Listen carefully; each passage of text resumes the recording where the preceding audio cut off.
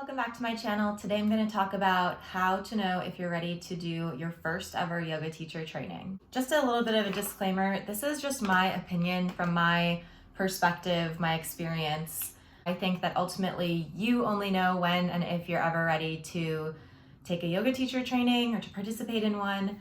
And I'm just trying to give you my perspective as someone who has done many yoga teacher trainings and who thought that she was going to teach yoga on the side for fun, and then thought she was going to never teach yoga, and then ended up teaching yoga full time, and then thought she was never going to teach yoga again, and then now is teaching yoga again.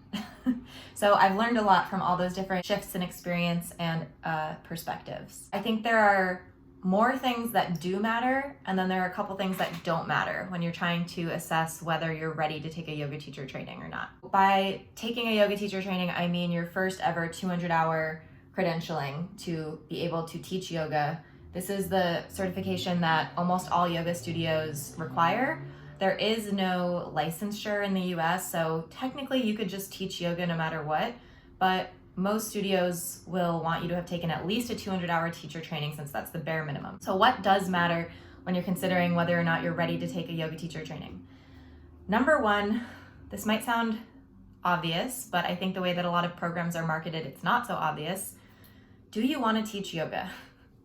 If you think the answer is yes, then that's great. That's one thing to check off in your checklist of, am I ready to take a yoga teacher training?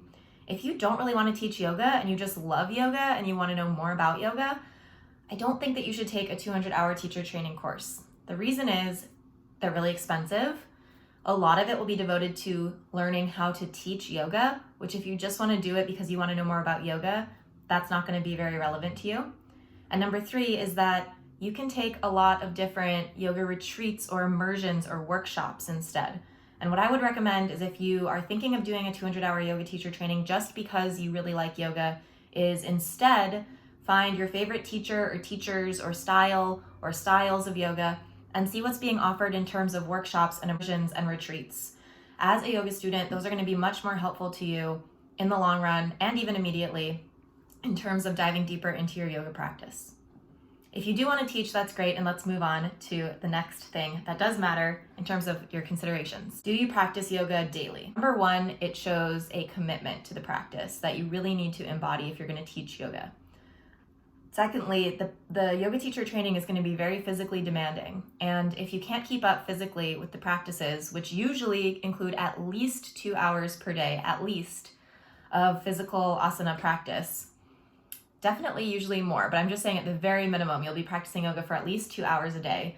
If you can't keep up physically, you're not going to be able to keep up mentally or emotionally or intellectually because you're going to be so exhausted from the physical aspect. So you need to have been practicing, I'd say, at least an hour every single day, maybe one day off per week, but let's say most days, if not every day. Then related to this question is, how long have you been practicing?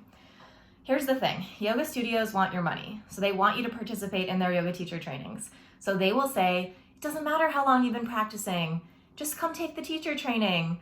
Have you ever thought about why they want you to do the teacher training? It's not because you, who's done yoga for less than a year, who probably still isn't doing many things right, who doesn't know really hardly that much at all about yoga, it's not that they see something in you and they think, wow, this person has so much to offer, like they would be such an amazing yoga teacher. No, they think this person can afford to pay $3,000 to $5,000 or sometimes way, way more than that.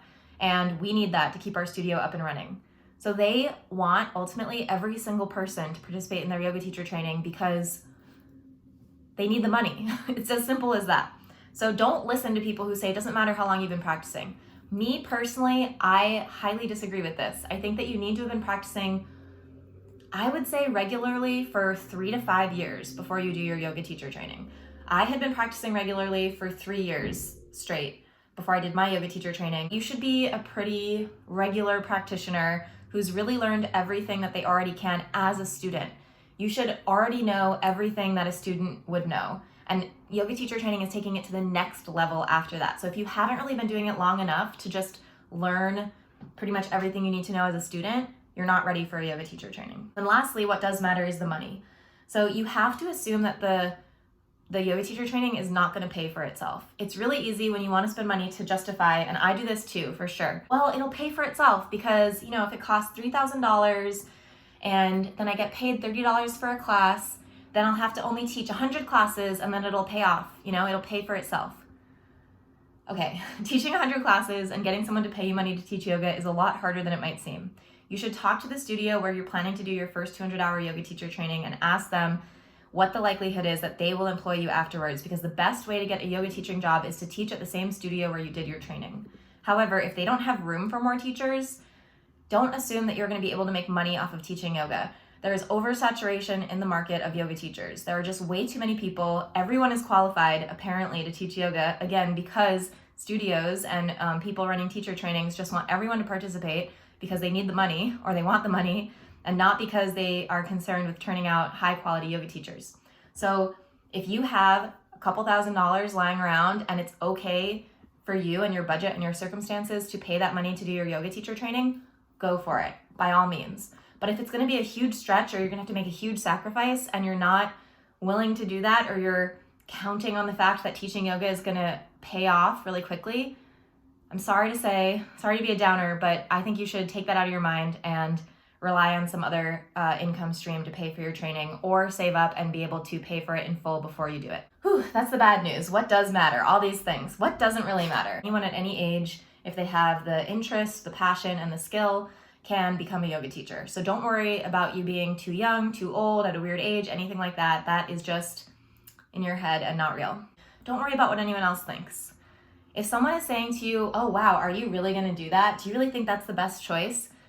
I mean, if there's someone you really, really, really trust, hear them out and have a conversation with them.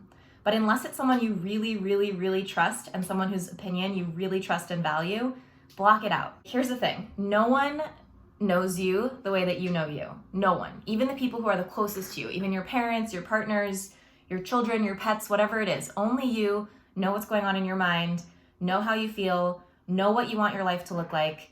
Only you are the authority on that. Hear the opinions of people you love, respect, trust, and admire.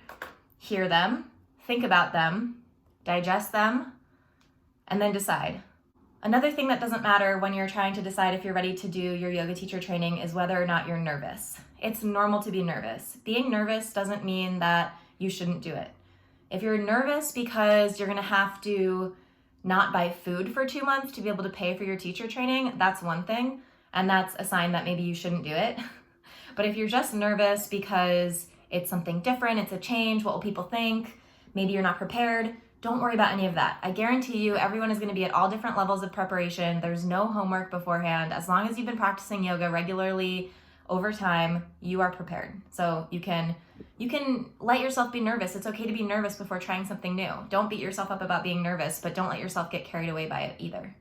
All right, so those are my tips on what does matter and what doesn't matter when you're trying to assess whether or not you're ready to do your first ever yoga teacher training. Please let me know what you think in the comments, if you agree or disagree with me, or if there's anything you think that I missed. And let me know if there's anything that you wish you knew before doing your yoga teacher training. Thanks so much for watching. Please like the video if it was helpful, subscribe if you haven't yet, and I'll talk to you again soon.